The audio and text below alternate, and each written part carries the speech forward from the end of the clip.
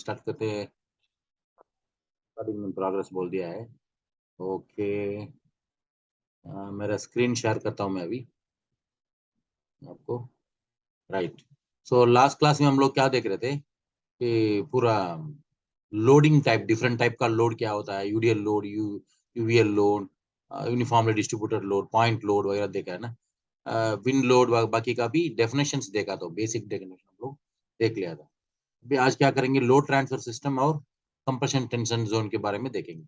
तो load transfer system, उसके बारे में कोई आपको आइडिया है what is mean by load transfer system का मतलब क्या है? नंबर 9, लोड, कोई स्ट्रक्चर में लोड ट्रांसफर कैसे होता है मालूम है आपको? Slab to beam, beam हाँ, to column, okay, column to foundation, and foundation to earth. Oh very nice, super. तो ऐसे ही है, सही है। इसको लोड ट्रांसफर सिस्टम बोलते हैं। लोड ट्रांसफर सिस्टम मतलब एक्चुअली क्या है, कोई भी आपको अर्थ में कोई भी स्ट्रक्चर होगा, जमीन के ऊपर जो होगा ना, वो स्ट्रक्चर क्या करता है, उसका लोड ट्रांसफर ऊपर से नीचे ग्रेविटी डायरेक्शन में होता है। तो ग्रेविटी डायरेक्शन में जो ट्रांसफर होता है उसको लोड ट्रांसफर ऐसे हो, वो सिस्टम में होता है वो, gravity directional system, gravity direction,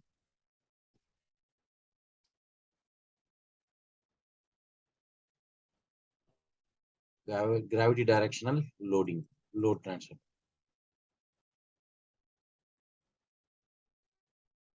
gravity direction में लोड ट्रांसफर होता है। एग्जाम्पल आप देखेंगे, मैं एक दो दो मंजिल का बिल्डिंग सिर्फ बना के दिखाता हूँ, कैसे होगा बोल के।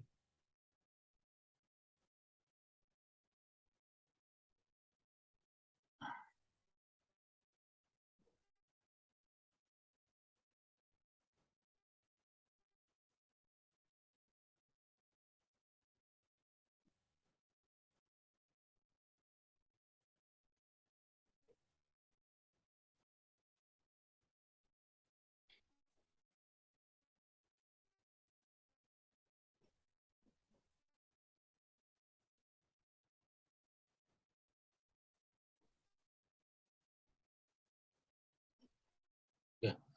तो अभी इसको ग्राउंड लेवल फॉर एग्जाम्पल समझो, G+1 बिल्डिंग है, ग्राउंड लेवल है ना।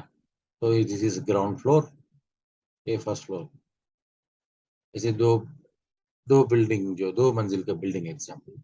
अभी ये देखिए एग्जाम में नंबर लगाता हूँ इसको, beam number 1, beam number 2, beam number 3, beam number 4, उसके बाद नीचे है beam number 5, beam number 6, beam number 7, beam number 8।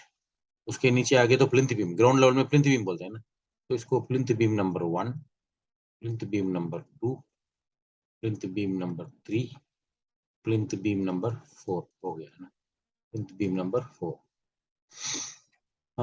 Beam तो खत्म हो गया पूरा। स्लैब का नंबर लगाएंगे, slab number 1, next slab number 2, ये फ्लोर स्लैब। सर स्क्रीन नहीं दिख रही मुझे। स्क्रीन नहीं दिख रहा है आपको? ना सर। एक मिनट, मैं लियो की ज्वाइन करूँ क्या और एक बार? शेयर तो हो रहा है। और मुझे नहीं हो रहा सर, क्या क्या प्रॉब्लम? एक मिनट, एक मिनट, दोबारा शेयर करता हूँ मैं लियो। Screen share. अभी नहीं दिख रहा है? नहीं सर, कुछ तो भी प्रॉब्लम। मैं लियो होता हूँ और ज्वाइन करता हूँ सर। Just wait. हाँ लियो, राजेश जी कौन बोल रहे, राजेश है ना? नहीं, राजेश नहीं, मोहन सर। कौन? राजेश जी आपको स्क्रीन दिख रहा है? Yes sir, मुझे दिख रहे हैं। हाँ, तो आप लीव करके ज्वाइन कर दीजिए, दैट विल बी बेटर। तो आपको शायद कोई नेट का प्रॉब्लम होगा, नेट का स्पीड हो सकता है, इसलिए भी हो सकता है। ठीक है, अभी मोहन जी का होना कीजिए। मोहन जी आगे नहीं, सबमिट करता हूँ। Okay,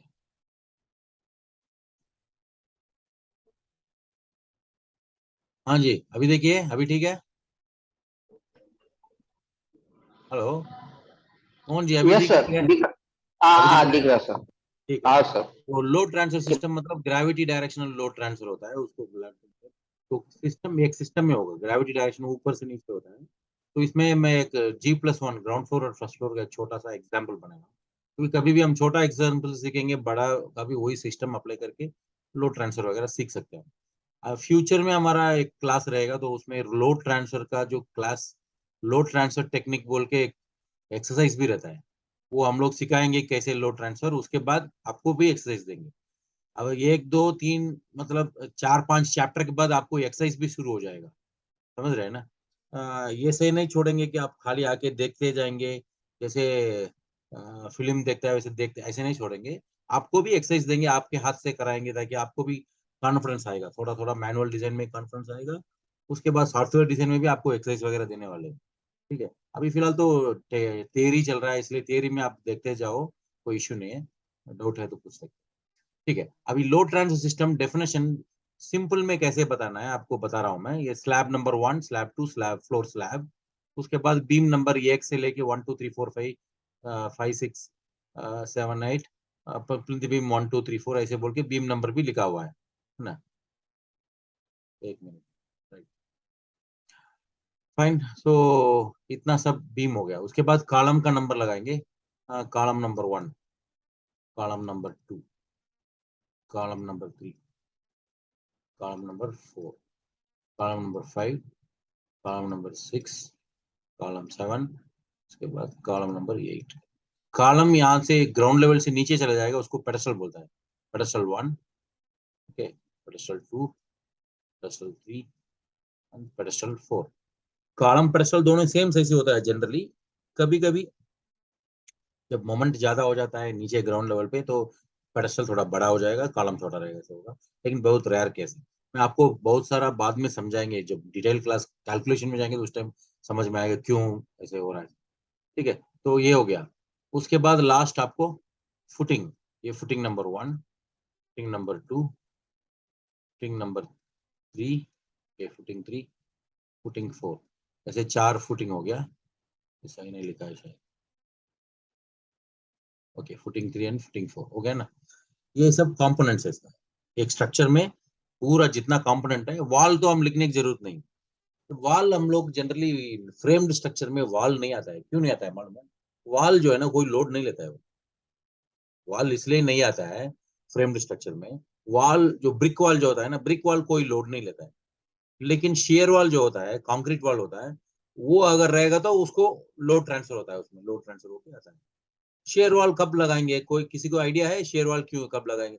generally G+1 G+3 building जो होता है ना, इसमें ब्रिक वॉल ही होता है ज्यादा, है ना। शेयर वॉल मतलब कंक्रीट वॉल नहीं होता है। कंक्रीट वॉल कहाँ लगाएंगे, आपको कोई आइडिया है? कोई बेसमेंट बेसमेंट में लगाते हैं सर, बेसमेंट में, बेसमेंट जहाँ में, पे बेसमेंट में कंक्रीट वॉल, अर्थ जहाँ रिपेयरिंग पे अर्थ रिपेयरिंग एर्थ फिलिंग होता है, सही है।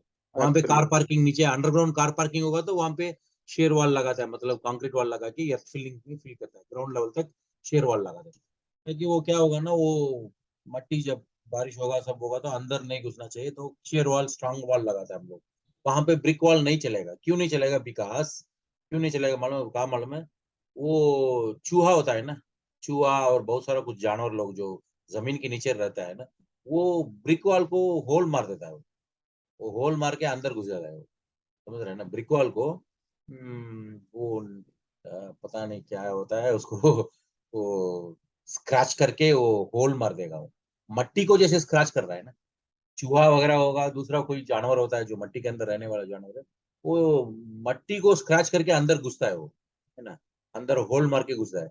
वैसे ब्रिक वॉल रहेगा तो उसको भी होल मार के अंदर आ जाएगा, पार्किंग के ऊपर आ जाएगा, इधर उधर भागेगा, ऐसा होल हो जाता है वो। इसलिए क्या होता है ना कि वो ग्राउंड लेवल में मट्टी को रोकना है, कोई नीचे कार पार्किंग में जो अंडरग्राउंड कार पार्किंग होता है, वहां पे शेयर वॉल लगाते हैं। बिल्डिंग में शेयर वॉल कब लगाते हैं मालूम है आपको किसी को? बिल्डिंग में, लिफ्ट का रूम में लगाते हैं। लिफ्ट का रूम में क्यों लगाते हैं सिविल शेयर वॉल? कोई आइडिया है आपको लिफ्ट रूम में क्यों लगाते हैं? तो वाइब्रेशन ज्यादा हो रहा होगा। वाइब्रेशन, जहाँ पे आपको इक्विपमेंट लिफ्ट लिफ्ट आगे पीछे जा रहा है उस टाइम वाइब्रेशन होता है। तो वाइब्रेशन को ब्रिक वॉल रहेगा तो ब्रिक वॉल पूरा जॉइंट हिल के टूट के थोड़ी देर में क्रैक आके फिर प्रॉब्लम करेगा, इसलिए शेयर वॉल क्रैक नहीं आएगा, वो वाइब्रेशन लेगा, इसलिए लगाते हैं। वो तो लिफ्ट में हो गया। अंडरग्राउंड में तो मैं बोल दिया कि वो जानवर वगैरह होल मारेगा, इसलिए उसको शेयर वॉल होता है, और मट्टी को रोकने के लिए भी स्ट्रांग वॉल चाहिए। ब्रिक वॉल कितना चौड़ा बनाएंगे, इसलिए शेयर वॉल बनाया था, कंक्रीट वॉल बनाया था। और ये सेम कंक्रीट वॉल को शेयर वॉल भी बोलते हैं, रिटेनिंग वॉल भी बोलते हैं, सब कंक्रीट वॉल ही है। कंक्रीट वॉल को दूसरा दूसरा नाम क्या है, मट्टी को रोकेंगे तो रिटेन वॉल बोलते हैं, पानी को रोकेंगे टैंक वॉल बोलता है, स्विमिंग पूल को रोकेंगे स्विमिंग पूल वॉल बोलता है ना। सब डिफरेंट डिफरेंट नेम होता है, लेकिन रोकने के लिए वो कंक्रीट वॉल को यूज करें, कंक्रीट वॉल हो गया। तो कंक्रीट वॉल बिल्डिंग में कभी कभी लगाते हैं, ऊपर से नीचे तक लगाते हैं। क्यों लगाते हैं मालूम है? बिल्डिंग में लगाते हैं। नॉर्मली हम लोग हाई बिल्डिंग राइज में दीवार वगैरह को ब्रिक से बनाते हैं ना, लेकिन कंक्रीट से भी बनाते हैं कभी कभी। क्यों मालूम है? नहीं सर। हाँ, वो इसलिए लगाते हैं कि G+3 बिल्डिंग के ऊपर जब जाता है ना, बिल्डिंग को नेचुरल वाइब्रेशन टाइम ज्यादा हो जाता है 0.4 से। लेटेस्ट जो कोड होता है सीस्मिक कोड के हिसाब से, और वो G+3 G+2 के ऊपर भी चले जाएगा। 15 मीटर से ऊपर बिल्डिंग अगर ऊपर हाई हो जाएगा, उसको हाई रेज बिल्डिंग बोलते हैं। तो हाई रेज बिल्डिंग में जब डायनेमिक एनालिसिस करेंगे, रेस्पॉन्स स्पेक्ट्रम बोलते हैं, तो क्या होता है ना, उस टाइम वो बिल्डिंग घूमेगा, ऐसे टार्शन होगा। तो बिल्डिंग टार्शन होता है, मतलब बिल्डिंग घूमता है सर। आपको रेस्पॉन्स स्पेक्ट्रम एनालिसिस क्लास में समझाया गया है उसको। जब घूमता है ना, तो उस टाइम ब्रिक वॉल काम नहीं करता है, वो ब्रिक वॉल का जॉइंट टूट के एकदम पूरा गिर जाता है। इसलिए वहां पे शेयर वॉल, कंक्रीट वॉल ऊपर से नीचे तक लगा के उसको रोकना पड़ता है, वो टार्शन को। मतलब ये एंटायर बिल्डिंग ऐसे घूमेगा, ये टार्शन होगा वो एंटायर बिल्डिंग। कब होगा? 15 मीटर से ऊपर जाएगा तो होने का संभावना है। जनरली गवर्नमेंट में आप जाके सबमिट करते समय क्या बोलता है, अगर 15 मीटर के नीचे है तो डायनेमिक एनालिसिस जरूरत नहीं, स्टैटिक एनालिसिस करके कोई भी स्टैट प्रो ई टाइप सॉफ्टवेयर में करके आप सबमिट कर सकते हैं रिपोर्ट। लेकिन 15 से ज्यादा जाएगा, आपको डायनेमिक एनालिसिस करके सबमिट करना बोलेगा वो, क्योंकि उसमें कभी टार्शन होता है, बिल्डिंग टार 15 से नीचे टार्शन नहीं होगा, वो छोटा बिल्डिंग हो जाएगा। आपको भी पता है कि कोई भी एक चीज, लकड़ी छोटा होगा तो वो घूमेगा नहीं इतना, मतलब खड़ा करेगा। कोई बड़ा लंबा लकड़ी को नीचे पकड़ के खड़ा खड़ा रहेंगे तो वो लकड़ी ऐसे घूमेगा ऊपर, टार्शन बोलता है। घूम के ऐसे बेंड होके नीचे गिर जाएगा, तो उसको टार्शन बोलते हैं। वो नेचुरल टार्शन हो जाता है उसको, या डायनेमिक टार्शन सीस्मिक की वजह से भी होता है। तो उसको रोकने के लिए बिल्डिंग में क्या करते हैं, ऊपर से नीचे नीचे तक जो है, एग्जाम्पल ऐसे सिर्फ ये कॉर्नर में लगाता है, ऐसे कॉर्नर में शेयर वॉल, या तो ये कॉर्नर में शेयर वॉल, ऐसे शेयर वॉल लगाता है ना, लगा के उसको एनालिसिस में वो टार्शन को रोकने के लिए वो शेयर वॉल लगाता है। शेयर वॉल में कंक्रीट वॉल हो गया ना। वो सब बाद में आपको डायनेमिक एनालिसिस में सिखाएंगे, सॉफ्टवेयर क्लास। हम अभी सर फिलहाल हम भी अब सर देखते हैं सर। जी बोलिए। सर हाँ। सर अभी हाई हाई राइज बिल्डिंग में हम देख रहे हैं कि पूरा वॉल शेयर वाल ही पूरा बना रहे हैं, पूरा पूरा वॉल कंक्रीट वॉल आजकल, बना रहे हैं। हाँ अच्छा आजकल अच्छा। ऐसे ही है। वो बोलते हैं कि यार उनका क्या है ना, अभी अभी अभी का ट्रेंड क्या है, अभी लेटेस्ट ट्रेंड क्या है, हाई राइज बिल्डिंग जितना भी 15 मीटर ज्यादा होगा तो पूरा ही कंक्रीट वॉल बना देता है। इसलिए बनाता है, तो वो यस लोग का कुछ एस्टिमेशन है। एस्टिमेशन में क्या बोलता है वो लोग, ब्रिक ले आओ, ब्रिक को ऊपर चढ़ाओ लेबर लेके, फिर उसको एक एक बल के लगा के उसको जॉइंट बनाओ, प्लास्टरिंग करो। इतना सब करने के लिए जितना कॉस्ट लगता है, उससे सस्ता है आप शटरिंग मार्क दोनों से कंक्रीट कर दो, रीबर रख के, और वो ऊपर से थोड़ा बहुत पट्टी पट्टी मार दो, प्लास्टरिंग भी जरूरत नहीं, पट्टी मार दो, चल जाएगा बोलता है।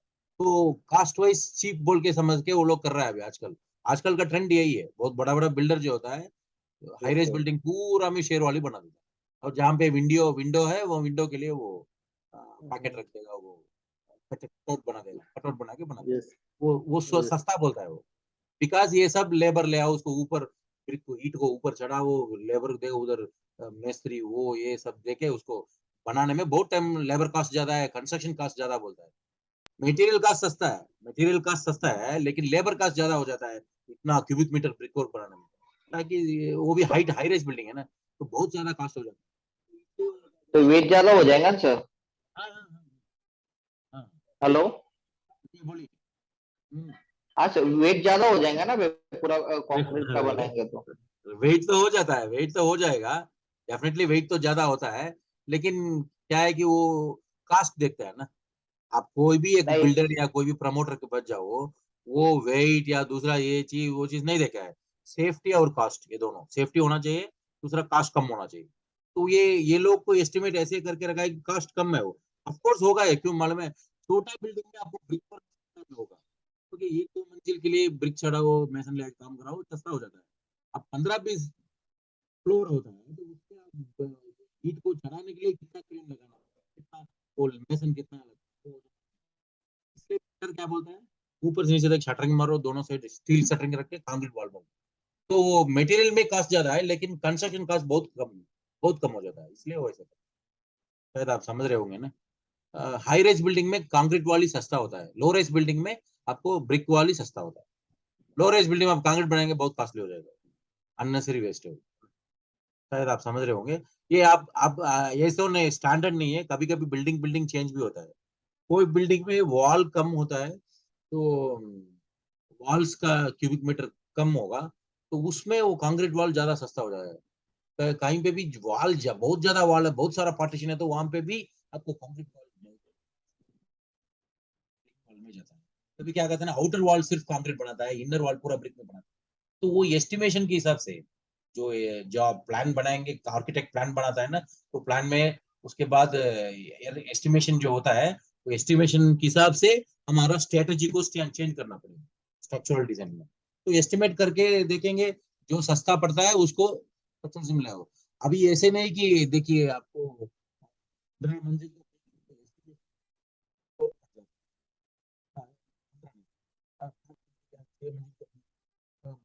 सस्ता पड़ जाएगा, लेकिन देगा वो। क्यों मालूम है? आपका सॉफ्टवेयर में डायनेमिक एनालाइज करेंगे, वहां पे टार्शन आएगा, टार्शन के लिए कंक्रीट वॉल लगाना पड़ेगा। तो जहां जहां पे कंक्रीट चाहिए वो वॉल पे कॉर्नर लगा के बाकी जगह ब्रिक बना सकते। तो ये सब चीज जो है ना, ट्रायल एंड एरर करके बहुत सारा देखना होता है, एस्टिमेशन भी और ये भी करके। अभी वॉइस आ रहा है मेरे को, आप मेरा वॉइस आ रहा है ना आपको राजेश जी? अभी कोई इशू नहीं है? ये सर थोड़ा ब्रेक हो रहा है बट आ रहा है ओके ओके बीच। Okay okay okay okay right fine.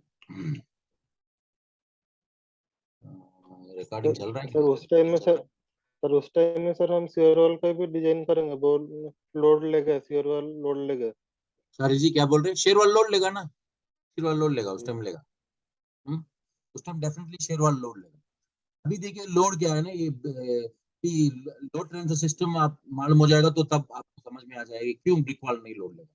क्योंकि ब्रिक वॉल खाली फिलअप करने के लिए लगता है, वो लोड क्या लेता है, स्लैब से लेके बीम, बीम से कॉलम, कॉलम से लेके नीचे तक जाके फुटिंग में, ग्राउंड में चला जाता है।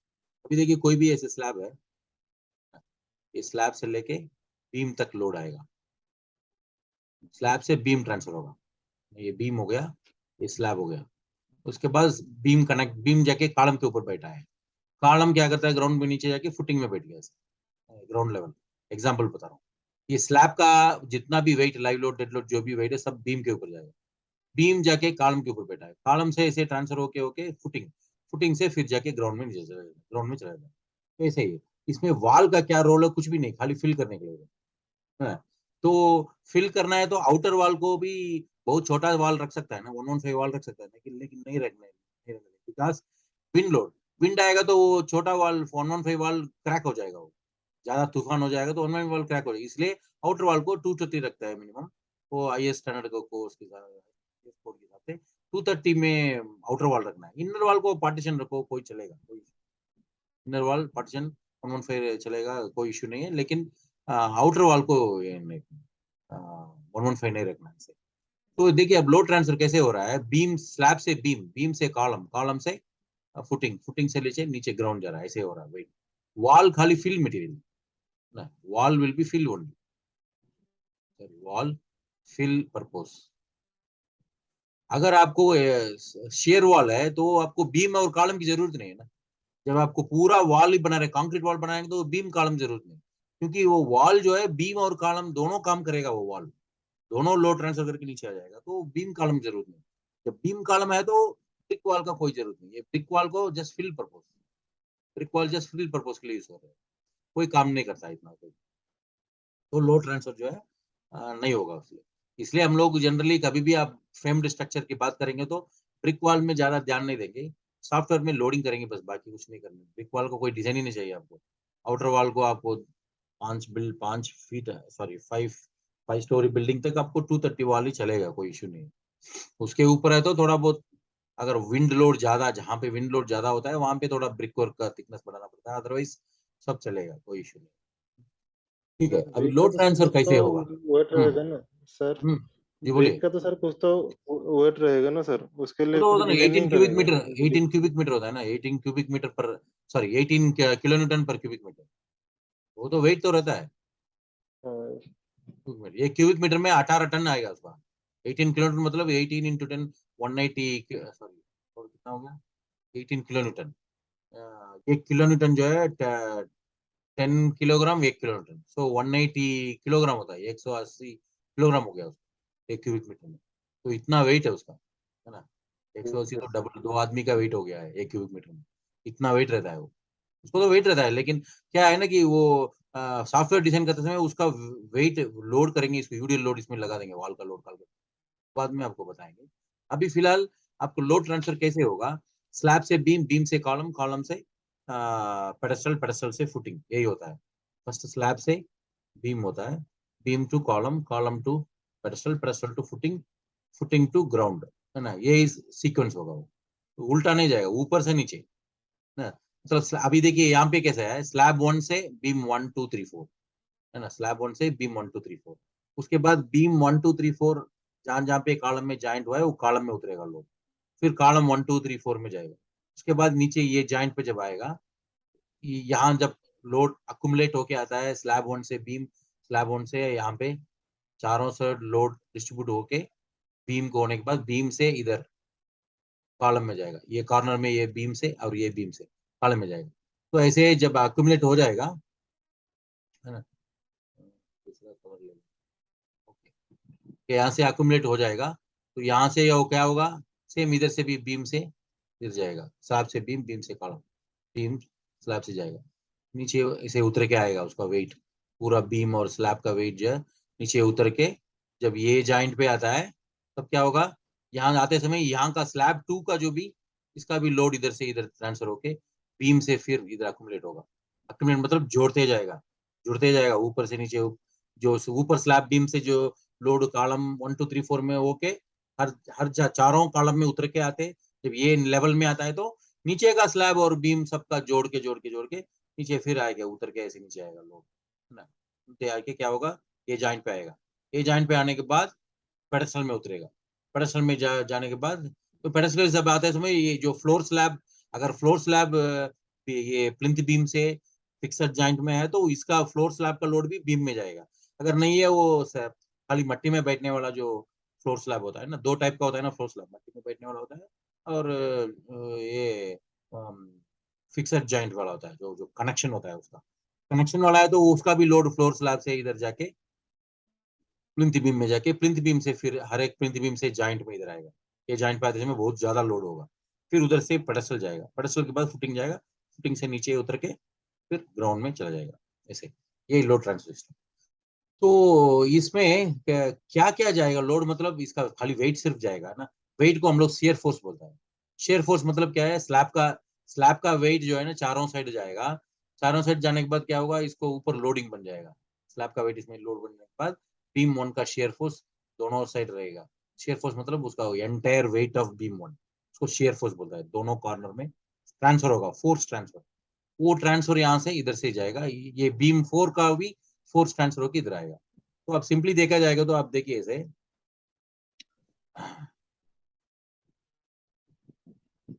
ये स्लैब 1, ये बीम 1, बीम 2, बीम 3, बीम 4, है ना, ऐसे कॉलम 1 2 3 4 है फॉर एग्जाम्पल।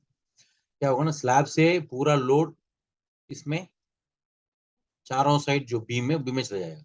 कैसे जाएगा, ये स्लैब कैसे कनेक्टेड है वैसे जाएगा वो। फॉर एग्जाम्पल ये स्लैब 1 जो है ना, स्लैब 1 जो है बीम 1 2 3 4 में कैसे कनेक्टेड है, यूडीएल में कनेक्टेड है, स्लैब 1 2 इसके साथ टू बीम 1 टू बीम 4, इसका कैसे कनेक्ट हुआ है, यूडीएल फॉर्म में कनेक्टेड है, यूनिफॉर्मली कनेक्टेड है ना। इसको एक जगह भी होल नहीं है या एक जगह भी कहीं मिस नहीं है, पूरा यहाँ पे कनेक्शन है, कंटिन्यूअस कनेक्शन। तो कंटिन्यूअस कनेक्शन मतलब UDS connection, continuous connection, continuous connection मतलब यूडीएल जॉइंट बोलते हैं ना, यूडीएल जॉइंट। स्लैब जो है बीम 1 2 3 4 के साथ कैसे जॉइंट हुआ है, कंटिन्यूअस जॉइंट, यूडीएल जॉइंट। तो लोड भी क्या होगा, इसका चारों लोड, स्लैब 1 का लोड 1000 किलो समझो, 1000 किलो मतलब एक एक के ऊपर 250 किलो ऐसे यूडीएल लोड में चले जाएगा। 250 किलोग्राम चला जाएगा, इधर 250, इधर 250, चारों साइड चला जाएगा। तो जब इसके ऊपर जाने के बाद यूडीएल लोड बढ़ने के बाद क्या होगा, ये बीम का भी ये बीम जो होता है ना, बीम 1, उसका भी लोड जो है वो भी ऐड हो जाएगा। तो स्लैब का लोड एक यूडीएल बनेगा, बीम का लोड ऑलरेडी एक यूडीएल ऑलरेडी है वहां पे, तो 2 यूडीएल जमा हो जाएगा। जमा होने के बाद क्या होगा, ये दोनों को बीम के ऊपर स्लैब का यूडीएल वेट है, बीम का भी ओन सेल्फ वेट है, यूडीएल लोड है, दोनों मिलके ये दोनों ओवरऑल वेट क्या होगा, ये 2 जॉइंट पे कनेक्टेड है, बीम है ना, बीम कैसे कनेक्टेड है, पॉइंट जॉइंट। अभी देखिए बीम नंबर 1 2 है ना, बीम नंबर 1 2 कॉलम नंबर 1 2 3 4 जो भी है, 1 2 3 4 जो भी है, कॉलम नंबर 1 एंड 2 जो है कैसे कनेक्टेड है, पॉइंट कनेक्टेड। ये दो कंटिन्यूस कनेक्शन, ये पॉइंट कनेक्शन। पॉइंट कनेक्शन मतलब पॉइंट लोड हो गया, पॉइंट जॉइंट बोलते हैं, पॉइंट लोड कनेक्शन। तो क्या होगा, इधर से पॉइंट लोड में कनेक्ट ट्रांसफर होगा लोड, यहाँ से लोड पॉइंट लोड में होगा, पॉइंट मतलब ये कॉर्नर में होगा, एक जगह में होगा बस। लेकिन स्लैब जो यूडीएल होगा ये पॉइंट लोड में कनेक्टेड है, इसलिए पॉइंट लोड में ट्रांसफर होगा। लोड किलो न्यूटन किलोग्राम में होगा, ये किलो न्यूटन पर मीटर में होगा। जैसे जॉइंट है वैसे लोड ट्रांसफर होगा। अगर जॉइंट आपको यूडीएल है कंटिन्यूस है तो लोड भी यूडीएल में हो जाएगा ट्रांसफर होते समय। अभी देखिए बीम 1 जो है कॉलम नंबर 1 और कॉलम नंबर 2 के साथ कैसे कनेक्टेड है, पॉइंट में कनेक्टेड है। ये पूरा कॉलम में कनेक्ट नहीं है, कॉलम का टॉप में सिर्फ कनेक्टेड है ना। बीम जो है दोनों कॉलम का टॉप में कनेक्टेड है, टॉप मतलब सिर्फ पॉइंट है। तो पूरा कॉलम में ये लोड जाके यहाँ पूरा कॉलम में नहीं है, सिर्फ टॉप में कनेक्टेड है, तो इसलिए पॉइंट लोड हो गया। पॉइंट लोड में ट्रांसफर हो जाएगा, ट्रांसफर होके फिर नीचे आएगा। जब नीचे आते दूसरा लेवल जो होता है ना, नेक्स्ट लेवल में जब आता है क्या होगा, फॉर एग्जाम्पल देखो, या वो शेयर फोर्स बोलता है, ये shear force beam, shear force of beam 1, shear force of beam 1, ये दोनों साइड शेयर फोर्स जो होता है ना, मतलब ये ओवरऑल वेट में आधा इधर आधा उधर जाएगा। Shear force of beam 1, shear force of beam 2, shear force बनेगा ना, ओवरऑल शेयर फोर्स में आधा आधा हो जाएगा। शेयर फोर्स मतलब